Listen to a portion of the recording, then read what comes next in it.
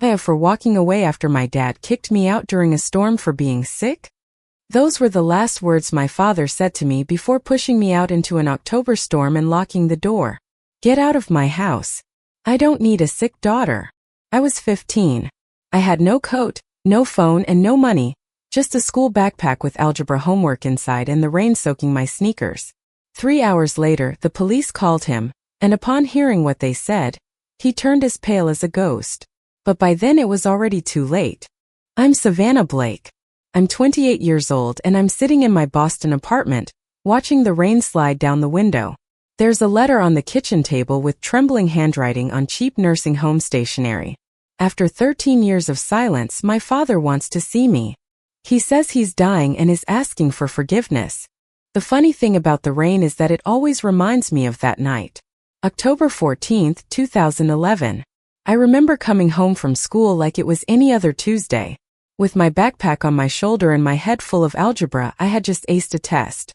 I was thinking about dinner, homework, and the band poster I wanted to buy with my birthday money. Typical 15-year-old stuff. I had no idea that in less than 2 hours, I would be walking alone in a freezing storm, wondering if I would survive the night. As soon as I walked through the door, I knew something was wrong. My father, Douglas Sutton, was standing in the living room with a distant look in his eyes. His face was flushed red.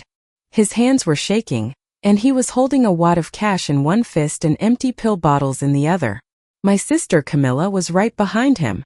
She was 19, 4 years older than me, and she had an expression on her face that was worried, distressed, and heartbroken. The perfect image of a devoted older sister, who had just discovered something terrible about her little sister.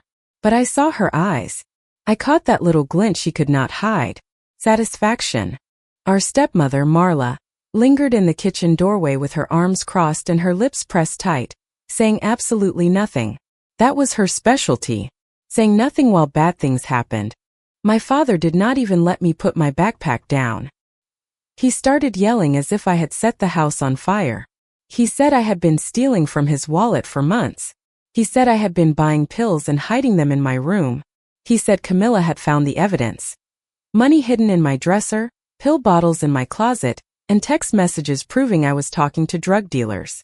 I tried to explain. I tried to tell him that I had never touched his wallet, that I had never seen those pills, that I did not even know what he was talking about, but the words got stuck in my throat because I realized something horrible. He was not listening to me. He had already made up his mind. Camilla had spent the day setting him up. She fed him lies that were like poison wrapped in sugar. She stood there looking devastated. She told him she had tried so hard to help me, that she had tried to get me to stop. She said she did not want to tell him, but she could not stand by and watch her little sister destroy herself anymore. It was a masterful Oscar-worthy performance, and my father swallowed every word as if it were the gospel truth. He grabbed my arm so hard it left bruises and dragged me toward the door. My backpack was right where I had dropped it. He picked it up and threw it at my chest so hard I staggered backward. Then he opened the door. It was pouring rain. Thunder rumbled in the distance. The temperature had dropped 15 degrees since that morning. And my father looked me straight in the eye and repeated those words. Get out of my house. I don't need a sick daughter. He pushed me onto the porch. The door slammed shut. The deadbolt clicked, and just like that, at 15 years old, I was homeless. I stood on that porch for about 5 minutes, completely frozen. Not from the cold, although that was coming, but from shock. I kept waiting for the door to open again. Waiting for someone to say it had all been a huge misunderstanding. No one came. My phone was on my bedroom desk. I was not allowed to grab anything other than what I already had with me. My backpack contained textbooks, a half-eaten granola bar, and absolutely nothing useful for surviving a night outdoors. No jacket, no money. No way to call for help. It was 2011. There were still payphones somewhere, but who carries coins? Not a 15-year-old who had her allowance earmarked for band posters. Priorities, right? Honor roll student, 0-star survival skills. So I started walking. I did not make a conscious decision about where to go. My body just moved on autopilot toward the only safe place I knew. My grandmother Eleanor's house, 7 miles away. My mom's mom, the only person who always looked at me like I mattered. 7 miles does not seem like much when you are in a car. Walking in freezing rain with canvas sneakers and no coat, it might as well have been 700. Route 9 stretched out before me, dark and slick with rain. Cars sped past without slowing down. I was just a shadow on the road, a shape no one wanted to look at too closely. After the first mile, my clothes were soaked through to the skin. After the second mile, I could not feel my fingers. After the third, my teeth were chattering so hard I thought they would break. But I kept walking. What else could I do? Go back and beg my father to believe me? He had already made his decision. I had no other path to follow, only forward. One numb step at a time. The thing about hypothermia is you do not realize it is happening until it is almost too late. Your body starts to shut down little by little, and your mind gets foggy. Suddenly, sitting down for a minute seems like the best idea in the world. A little rest just until you catch your breath. I made it 4 miles before my legs gave out. There was a mailbox up ahead. I remember thinking I would just lean on it for a second, catch my breath, and then keep going. Grandma's house was only 3 miles away. I could make it, but my knees buckled before I got there. The gravel rushed up to meet me, and then everything went dark. 3 hours after leaving his daughter in the middle of a storm, my father's phone rang. The voice on the other end was cold and professional. Officer Daniels from the county police. There had been an incident. His daughter was found unconscious on Route 9, suffering from hypothermia. She was being transported to County General Hospital. And one more thing, sir, the officer said. Child Protective Services has been notified. A social worker is already on site. We have some questions about why a 15-year-old girl was walking alone in a dangerous storm without a coat or a phone. We need you to come to the hospital and bring any evidence you have. My father turned bone white. I know because the hospital staff told me later. They said he looked like a man watching his life fall apart in slow motion. Camilla was standing next to him when he got the call, and for the first time her perfect mask slipped just for a second. But it was enough because here is what happened that night, what changed everything. The woman who found me unconscious in the ditch was not just a stranger driving home. Her name was Ruth McAllister, and she had spent 35 years working for Child Protective Services. She had seen every kind of abuse, neglect, and lie that parents tell about their children. She knew exactly what she was looking at when she found a teenage girl in the rain, with no coat, no phone, and no one looking for her. And she was not going to let it go. My father thought he was getting rid of a problem that night. He thought he was cleaning house, removing the bad apple, protecting his family from a sick daughter who did not deserve his love. But what he actually did was light a fuse, and he had no idea what was about to explode. Now, to understand what happened that night, to really understand why my sister did what she did, I need to go back. Back to the moment everything started to fall apart. My mother, Claire, died in 2006 of cancer. I was 10. Camilla was 14. One day my mom was making me pancakes on Sunday mornings and braiding my hair for school pictures. The next, we were standing by a hospital bed, watching machines beep slower and slower until they stopped completely. My father did not handle it well, to put it mildly. He collapsed in on himself like a dying star. He went to work, came home, and sat in his recliner staring into space. The house could have burned down around him, and I am not sure he would have noticed. So Camilla stepped up. At 14, she became the one who made dinner, signed permission slips, and made sure I got to school on time. She became the responsible one, the mature one, the daughter my father could lean on, and he praised her for it constantly. What would I do without you, Camilla? You're so grown up, Camilla. You're the glue holding this family together, Camilla. I do not think he ever once asked her how she was handling our mother's death. He just expected her to handle everything else. My father had 2 blind spots in his life. His eldest daughter and his beloved recliner. Both were worn out, falling apart at the seams, and desperately in need of replacement, but he could not see it. But nobody saw what my father adamantly refused to see, what was happening when he was not looking. Camilla was not just stepping up, she was building a kingdom. And in her kingdom, I was the peasant who needed to be kept in her place. It started small. Homework assignments that mysteriously disappeared the night before they were due. Permission slips for field trips that somehow never made it to my teachers. My favorite shirt shrinking in the wash beyond repair. Oops, must have been an accident. Birthday invitations I sent out that my friends never received. Messages from classmates that got lost. A reputation was being built brick by brick without me even realizing it. She would go to my teachers with a sad, worried look and tell them I was struggling after my mom's death, that I was acting out at home, that they should be patient with me because I was going through a very difficult time. She painted a picture of a troubled child, and everyone believed her because she was so mature, so responsible, so caring. I tried to tell my father once. I sat him down and explained that Camilla was sabotaging me, that she was lying to everyone about me. Something was very wrong. He looked at me like I had lost my mind. "You're just jealous of your sister," he said. "She's trying to hold this family together. You should be grateful." After that, I learned to keep my mouth shut. Stay small. Stay quiet. Survive until I could get out. 2 years after my mother died, my father remarried. Marla was nice enough at first. She smiled a lot, made casseroles, and tried hard to be part of our family. Camilla started calling her mom immediately. I think it was strategic, a way to solidify her position as the good, loyal daughter. I could not do it. I could not call a stranger mom, when my real mom had only been gone for 2 years. It was not about Marla. It was about my heart not being ready. But that quiet rebellion cost me. From that day on, Marla treated me like a stranger in my own home. She and Camilla formed their own little club, and I was not invited. By the time I was 15, the lines were clearly drawn. Camilla was the golden child, the favorite, the one who could do no wrong. I was the problem child, the difficult one, the daughter who just could not get her act together. And then there was the money. My mother had set up a trust fund for both of us before she died. $45,000 for each of us, available when we turned 18. It was not a fortune, but it was something, a safety net. A gift from a mother who knew she would not be there to help us start our adult lives. Camilla turned 18 in 2009 and got her share right away.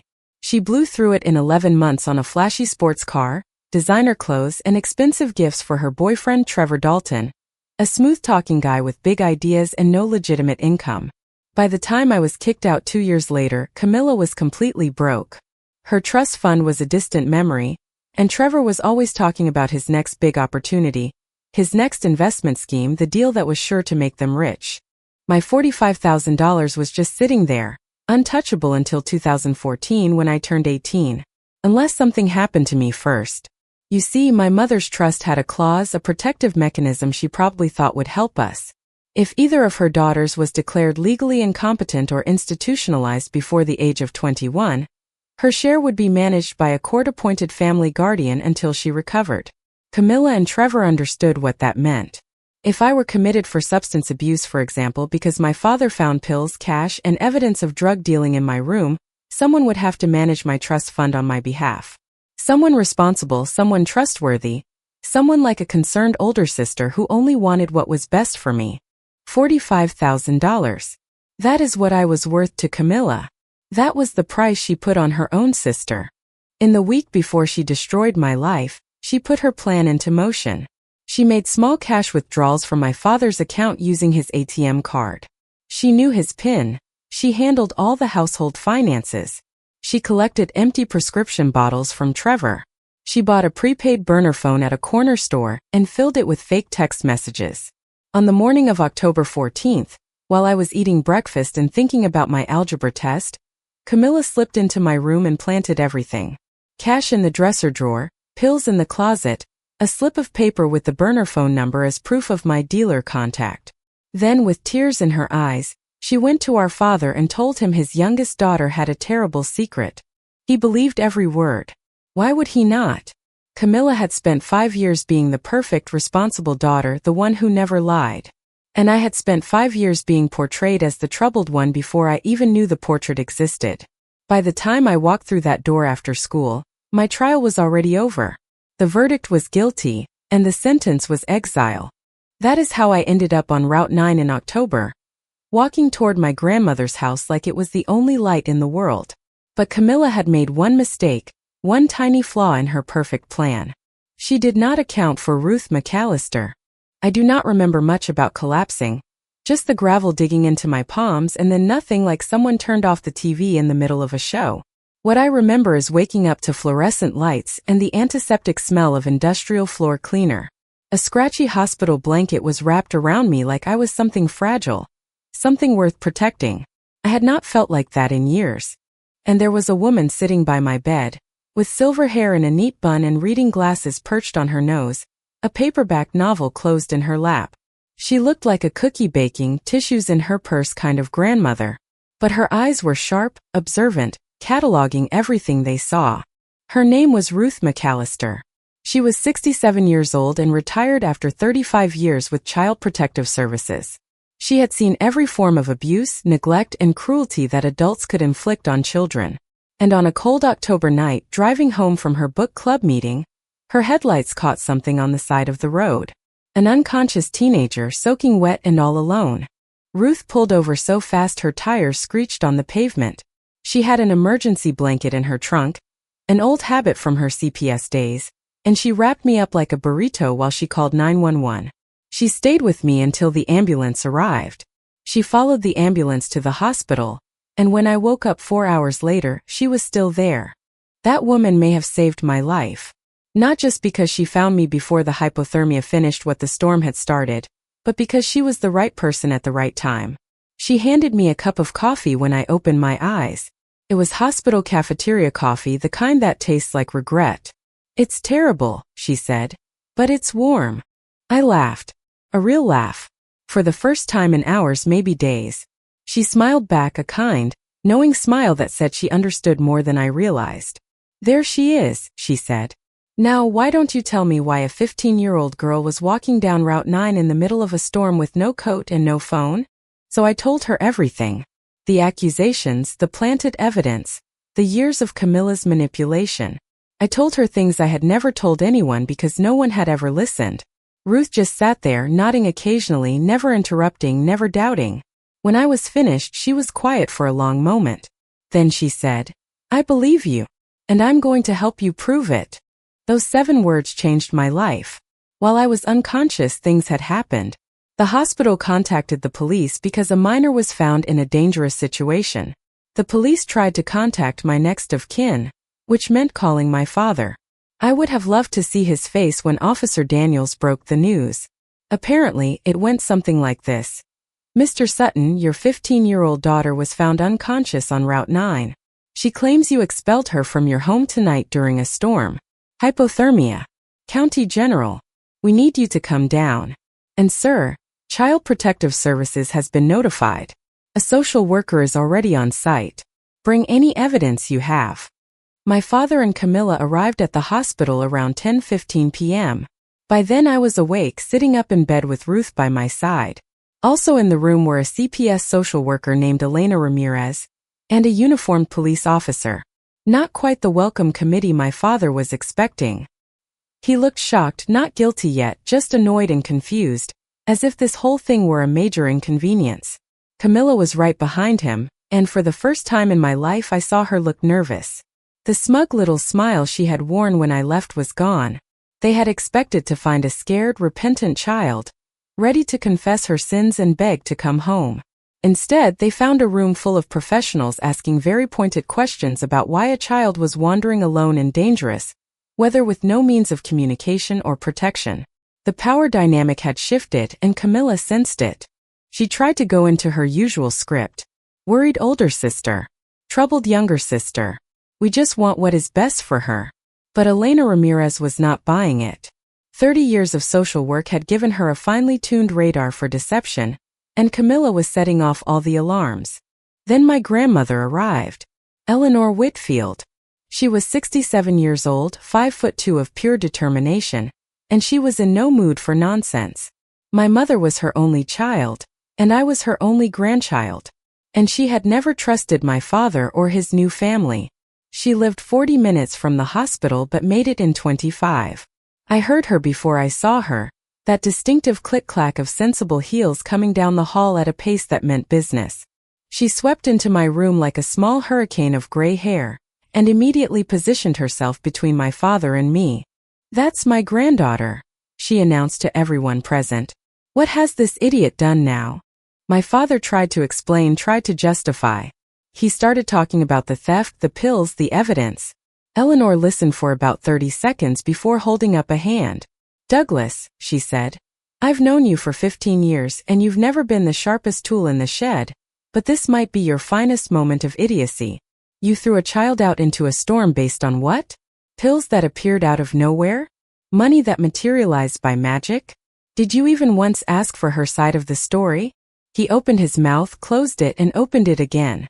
Eleanor nodded. "That's what I thought. The thing about my grandmother is, she did not just love me. She fought for me." That night, while I was exhausted and hypothermic in a hospital bed, Eleanor Whitfield went to war. She demanded an emergency custody hearing. Right there, right then. It was almost midnight, but she did not care. She called a family court judge who owed her a favor. Apparently, Eleanor had served 15 years on the PTA with his wife, and she got him on the phone. The hospital's social worker laid out the facts. A minor child was expelled into dangerous weather conditions. No investigation was conducted prior to the expulsion, and no attempt was made to verify the accusations. The child was found unconscious with early-stage hypothermia. The father's testimony was uncorroborated. At 12:30 a.m. I had a new home. Emergency temporary guardianship was granted to Eleanor Whitfield, effective immediately. My father was ordered to have no contact with me until a full investigation was completed. The DA's office would be interviewing everyone, me, Camilla, my father, and Marla. And they would be looking very closely at that so-called evidence. As we were leaving the hospital, my father tried one last time. He moved toward me, starting to say something. Eleanor stepped between us without breaking stride. "You don't get to touch her," she said. "You don't get to talk to her. You had your chance to be her father and you threw it away. Literally. Into a storm. Now we're leaving." She walked me out to her old Buick, the one she had been driving since before I was born. She helped me into the passenger seat and tucked another blanket around me, even though the heat was already blasting. I looked at her, tears streaming down my face. "Grandma, I don't even have clean clothes. I don't have anything." She patted my hand, her expression both fierce and tender. "Honey, you've got me. And I've got a Target card. We're going shopping tomorrow. Tonight you're having soup, and you're sleeping in a bed that no one is ever going to kick you out of. Ever." That was the first night of my new life. Grandma Eleanor's house had 3 rules. Breakfast at 8, homework before TV, and no nonsense before her second cup of coffee. It was not fancy or big, but it was warm, safe, and filled with love. For the first time in years, I felt like I could breathe. But the story was not over. Not by a long shot. 2 weeks later, the CPS investigator called my grandmother. "Mrs. Whitfield," Elena Ramirez said, "you might want to sit down. We've been looking at the evidence Mr. Sutton provided. The timeline doesn't add up. And we found some security footage that tells a very different story." Camilla's perfect plan was about to fall apart, and she had no idea what was coming. The investigation changed everything. Elena Ramirez was not just a social worker checking boxes. She was a detective in a cardigan. And she did not just look at the evidence. She traced it back to its source. Every receipt, every timestamp, every thread. And the more she pulled, the more Camilla's perfect story unraveled. It started with the money. $800 in cash had been found in my dresser drawer. My father said it proved I had been stealing from him for months. Case closed, right? Except Elena Ramirez pulled the bank records. That $800 came from a single ATM withdrawal on October 14th, the same day I was kicked out. The bank provided surveillance footage from the ATM. Timestamp: 2:47 p.m. The person on camera was not me. It was Camilla, clear as day. The same jacket she was wearing that morning, the same ponytail, the same car parked in the background, her white sedan with the dent in the bumper from when she had backed into a mailbox the previous summer. Here is the thing about alibis. Mine was rock solid. At 2:47 p.m. on October 14th, I was in 5th period chemistry class, learning about molecular bonds. The school attendance system marked me present until 3:15 p.m. My teacher remembered me asking a question about covalent electrons. I could not have made that withdrawal. It was physically impossible.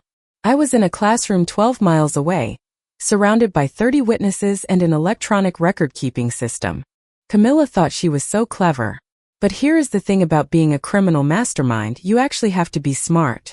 She used our father's ATM card without considering that banks have cameras.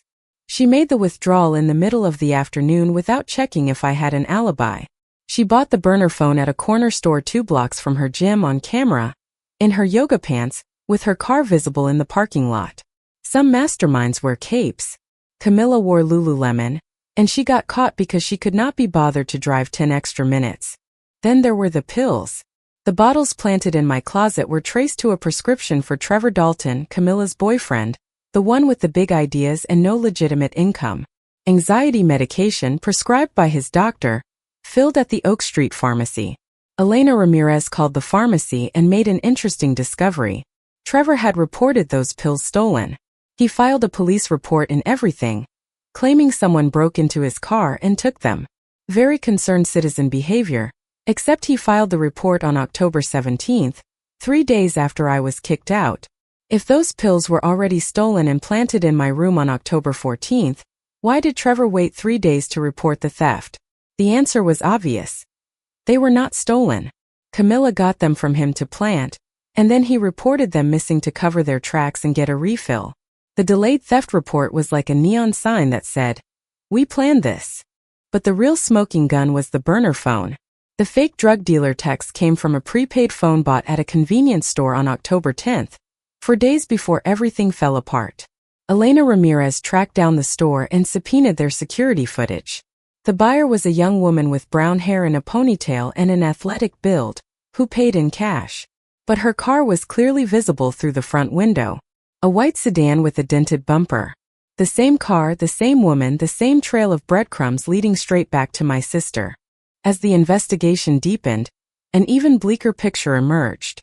Elena Ramirez started digging into the family finances, specifically checks written against my father's account for the past 2 years. What she found made the $800 look like pocket change. Someone had been forging checks in my father's name for almost 2 years. Small amounts at first, $50 here, $100 there, but it added up. The signatures were close but not quite right. The money was routed to accounts linked to Trevor Dalton and his various businesses. The total amount stolen? Just under $18,000. Camilla had not just framed me. She had been stealing from our father for years and needed me gone before anyone figured it out. My grandmother, Eleanor, was not about to let this go. She hired Howard Klein, an old family friend who had been practicing family law for 30 years. He had known my mother, Claire, since elementary school. When Eleanor explained what happened, his face hardened in a way that made me glad he was on my side. Howard filed for permanent guardianship immediately.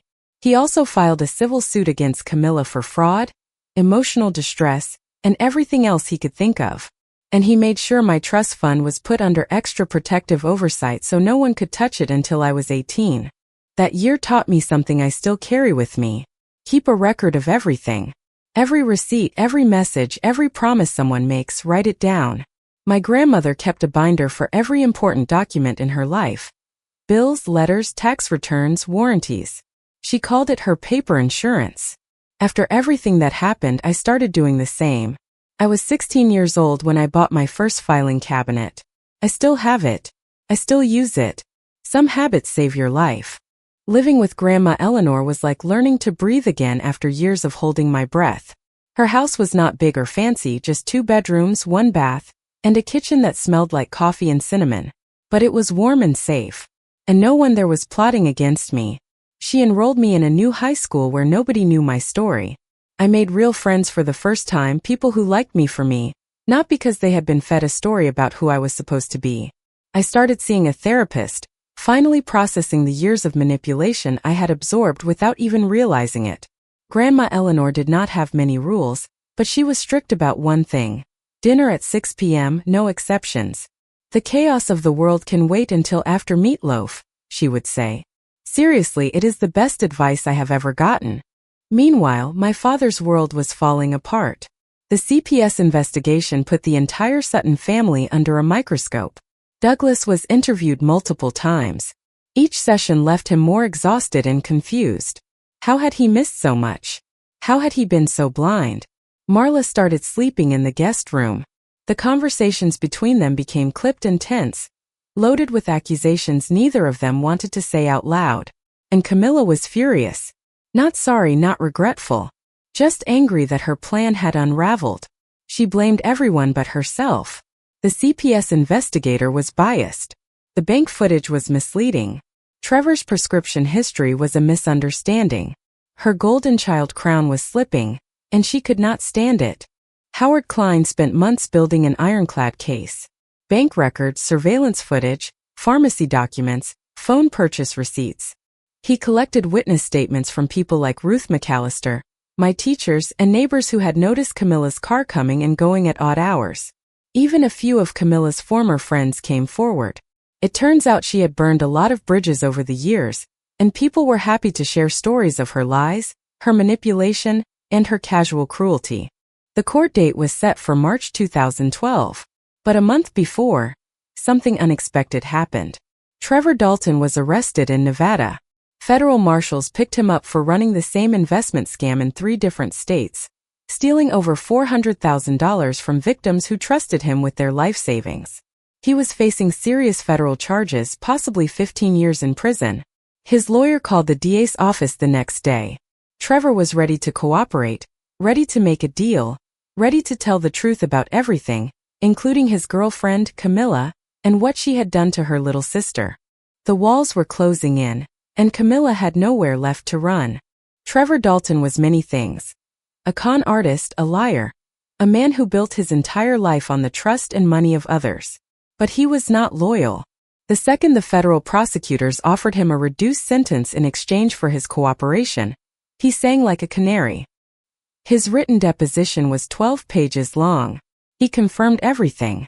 The plan to frame me had been Camilla's idea from the start. She had been stealing from our father for almost 2 years, funneling money to Trevor for his investments. When she realized her theft was getting harder to hide, she decided she needed a scapegoat. That scapegoat was me. Camilla figured I was the perfect target, the troubled younger sister, the one who never quite fit in, the one no one would believe. She told Trevor that getting me committed would solve 2 problems at once. She would have someone to blame for the missing money, and she would get access to my trust fund as my guardian. $45,000. That is what she planned to steal from me while I was locked away in an institution, discredited and all alone. Trevor laid it all out. The planning sessions, the pill bottles he gave her, the burner phone Camilla bought, the morning she planted the evidence in my room. He even included text messages between them from the days leading up to October 14th, messages that proved this was not an impulsive act. It was calculated, premeditated, and cold. His last sentence stuck with me. Camilla said her sister was a nobody who wouldn't fight back. She was wrong. March 2012. Family court. By then, I had been living with Grandma Eleanor for 5 months. I had gained weight, the good kind you get from eating regular meals and actually sleeping. I had made the honor roll at my new school. I was starting to remember what it felt like to be a normal teenager. But walking into that courtroom, I felt 15 again, scared and small, wondering if anyone would believe me. Grandma Eleanor squeezed my hand. Howard gave me a reassuring nod. And Ruth McAllister was there too, sitting in the gallery, wearing the same reading glasses and the same fierce expression she had worn the night she found me. The hearing was supposed to be about guardianship. Simple stuff, making Eleanor's temporary custody permanent, setting up child support obligations, that sort of thing. But it had become something much more serious. The district attorney's office had gotten involved, given Trevor's confession and the mountain of evidence Elena Ramirez had collected. This was not just a family matter anymore. There were criminal charges on the table. Camilla sat on the other side of the room with a public defender she had met an hour ago. She looked smaller than I remembered. Paler. The confident golden child who had ruled our house for a decade now looked exactly like what she was. A scared young woman whose lies had finally caught up with her. Our father sat alone in the gallery. Marla had refused to come. He looked like he had aged 10 years in 5 months. The evidence was presented systematically, professionally, and devastatingly. ATM footage showing Camilla making the withdrawal at 2:47 p.m. My school attendance records proving I was in chemistry class at that exact time. Pharmacy records showing Trevor's conveniently delayed theft report. Convenience store security footage showing Camilla buying the burner phone. 2 years of forged checks totaling $18,000. And Trevor's confession, read into the record word for word. When it was Camilla's turn to testify, she tried to stick to her story. She tried to look confused, innocent, and deeply concerned for her troubled sister. The prosecutor did not let her. "Miss Sutton," he said, holding up the ATM photo, "is this you at the First National Bank on October 14th at 2:47 p.m.? Camilla swallowed. She looked at the image of herself, clear as day. I was getting cash for groceries." "Groceries?" the prosecutor repeated, nodding slowly. "Cash for groceries. And you failed to mention this withdrawal to your father when you accused your sister of stealing that exact amount on that exact same day." Silence.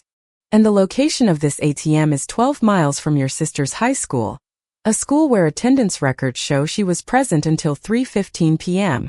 Can you explain how she could have made this withdrawal while she was in chemistry class?" More silence. Camilla's public defender objected, but there was nothing to object to. The proof was the proof. Facts did not care about her feelings. Then they called Marla. My stepmother looked like she wanted to be anywhere else in the world. She had spent years staying silent, staying neutral, not getting involved. But this was a court of law, and she was under oath. Suddenly, keeping quiet was no longer an option. The prosecutor asked her about the morning of October 14th. Did she see anything unusual? Marla's voice was barely a whisper. Camilla went into Savannah's room that morning around 7 a.m. She said she was borrowing a hair tie. Did she come out with a hair tie? No. She came out empty-handed.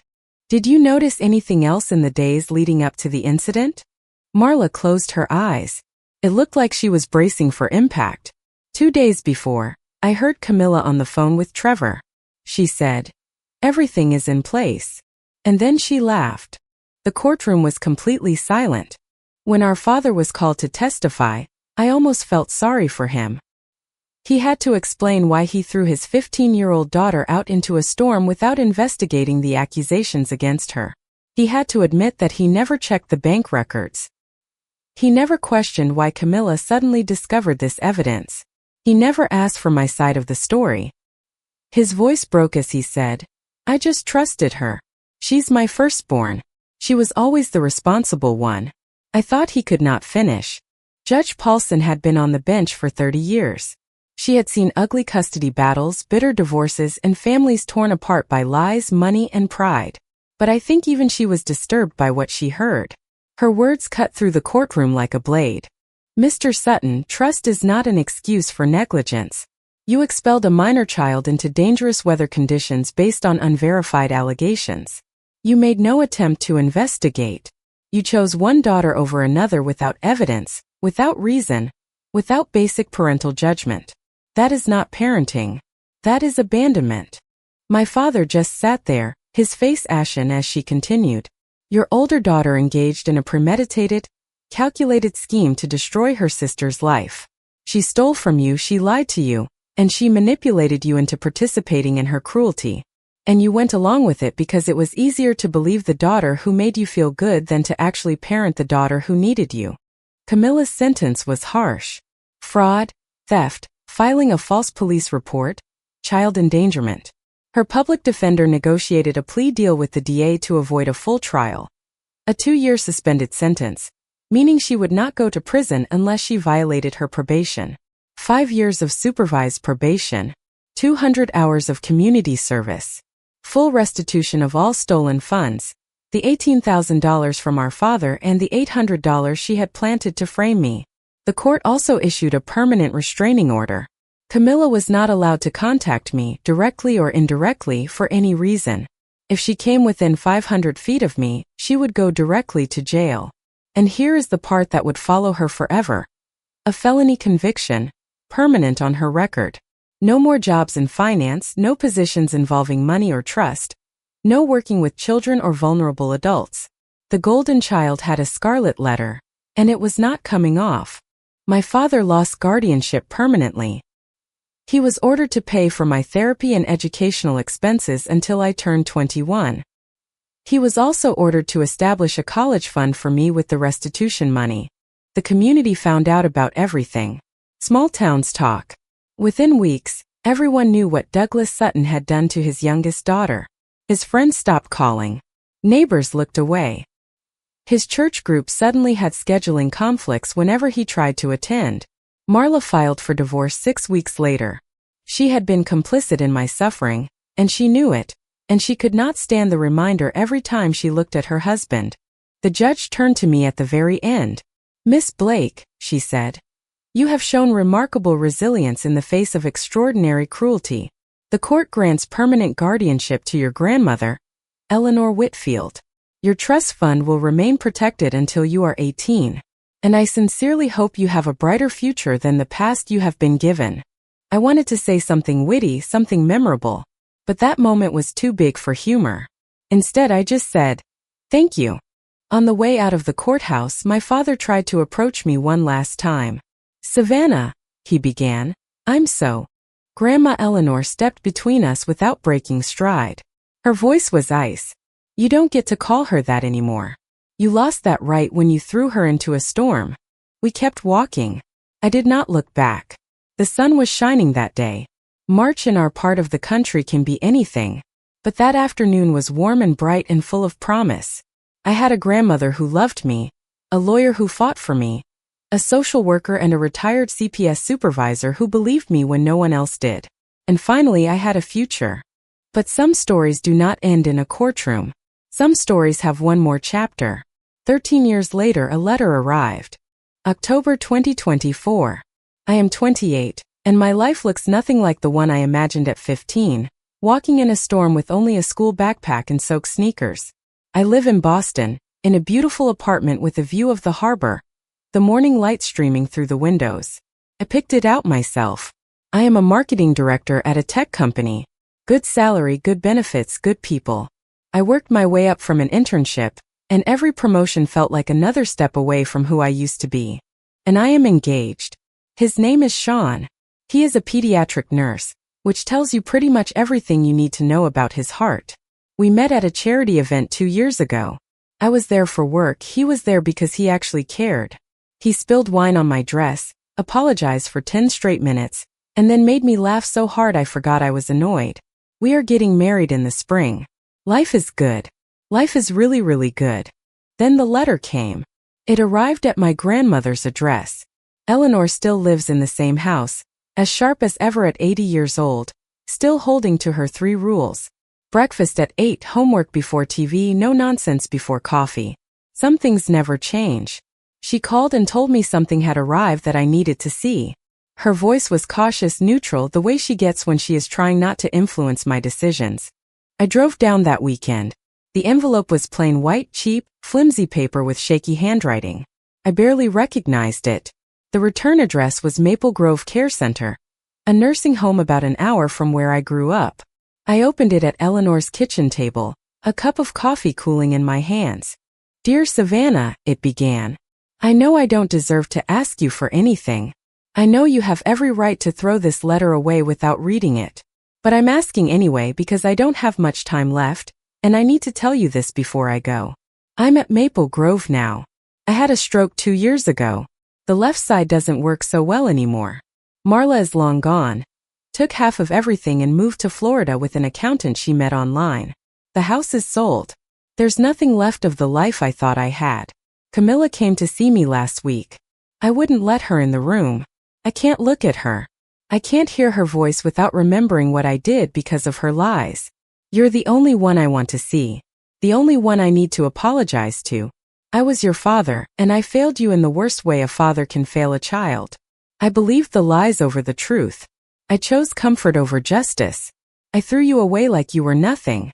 I know you don't owe me anything. But if you can find it in your heart to come, just once, I would like to ask for your forgiveness in person. Before it's too late. Your father, Douglas. I sat there for a long time. The coffee went cold. The afternoon light shifted across the table. Eleanor did not say anything. She just waited like she always did, letting me find my own way. 13 years of silence. 13 years of building a life without him. Did I owe him anything? No. I did not owe him a thing. But I thought about my mother. I thought about the kind of person she had raised me to be before she died. I thought about breaking cycles instead of perpetuating them. I decided to go. Not for him. For me. The nursing home was exactly what you would expect. Fluorescent lights, industrial floors, the smell of disinfectant trying to cover up the smell of endings. My father's room was small.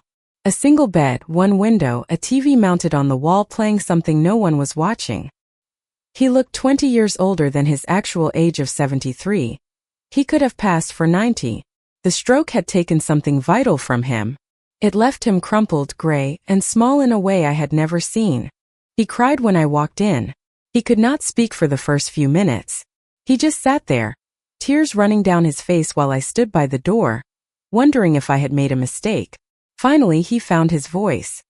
He apologized over and over, stumbling over the words, repeating himself because the stroke had affected his speech. He said he had been blind and stupid and cruel. He said losing me was the worst thing he had ever done. He said he thought about that October night every day, every night, every time it rained. I let him finish. I did not interrupt. I did not comfort him either. Then I said what I had come to say. I forgive you. His face crumpled in relief. But I want you to understand what that means. I pulled a chair up to his bed and sat down. I made sure he was looking at me. Forgiveness does not mean I forget. It means I am choosing not to carry this anger anymore. It is heavy, it has been weighing me down. And I do not want you taking up space in my heart anymore. You threw me into a storm because you believed a lie. You did not believe it because the evidence was strong. You believed it because it was easier, because Camilla made you feel good about yourself and I reminded you of everything you lost when Mom died. You chose the comfortable lie over your own child. I built my entire life without you. I put myself through college. I built a career. I am marrying a man who would never ever throw me out into the rain. I am happy, but you have to live with what you did. That is not my burden anymore. It is yours. He nodded. The tears were still falling. I do not think he had any words left. I know, he finally managed. I know. I just needed you to know I was sorry. I needed to see you one last time. I stayed for another 20 minutes. We did not talk much. What else was there to say? I told him about my job, my apartment, about Sean. Surface things, safe things. He listened like it was the most important conversation of his life. When I stood up to leave, he held out his good hand. Not grabbing, just offering. I let him touch my fingers for a moment. Then I walked out. In the hallway, a nurse stopped me. You're his daughter, right? The younger one. I nodded. She glanced back toward his room, then at me. Your sister came by last week. He refused to see her. Told us to send her away. I stood very still. He would not see her? The nurse shook her head. Said he only had one daughter he needed to apologize to, and it was not her. He got pretty upset, actually. Said he could not look at her face anymore without seeing what he had done. I did not know what to say to that. After all these years of being the outcast, the discarded daughter, the one who was not good enough, my father had finally rejected Camilla. The golden child, the favorite, the one he had believed without question. It was too late to matter, too late to heal anything, but still something shifted in my chest. Not forgiveness exactly. I had already given that. It was something more like completion. Like the last page of a very long book, finally written. I walked out of that nursing home into the October sun. Same month, different weather, different life. 13 years ago, October meant rain and betrayal and hypothermia.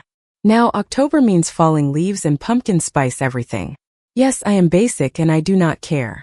It is the anniversary of the day my real life began. Some storms do not destroy you. They redirect you. That night in October 13 years ago, I lost a house but I found my home.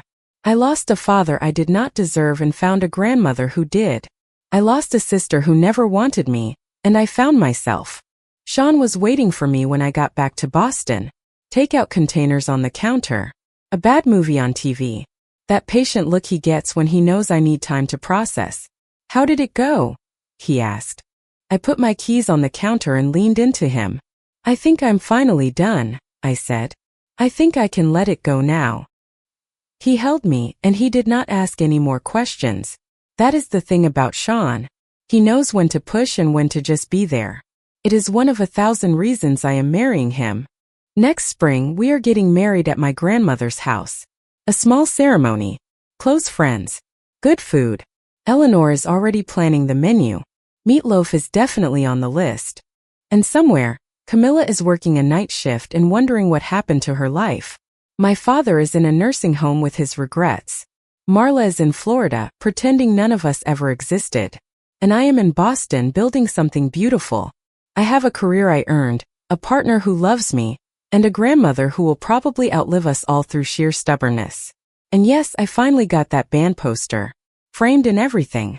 The one I was going to buy with my allowance the week before everything fell apart. I found the same one online a few years ago and paid way too much for it. I hung it in my office where I see it every day. Some things are worth waiting for. Comment. Watching Savannah's journey reminds you of how strong the human spirit can be. Your worth is never defined by those who choose not to see it. Learning to set boundaries is one of the greatest acts of self-care you can practice. Sometimes the kindness of just one person can be the turning point you desperately need. Healing is about taking responsibility for your own peace. Forgiveness is not always about letting someone back into your life. Often it is about releasing a burden so you can finally move forward. You have the power to build a future that is much brighter than the past you were given. Choosing your peace over old conflicts is a daily victory.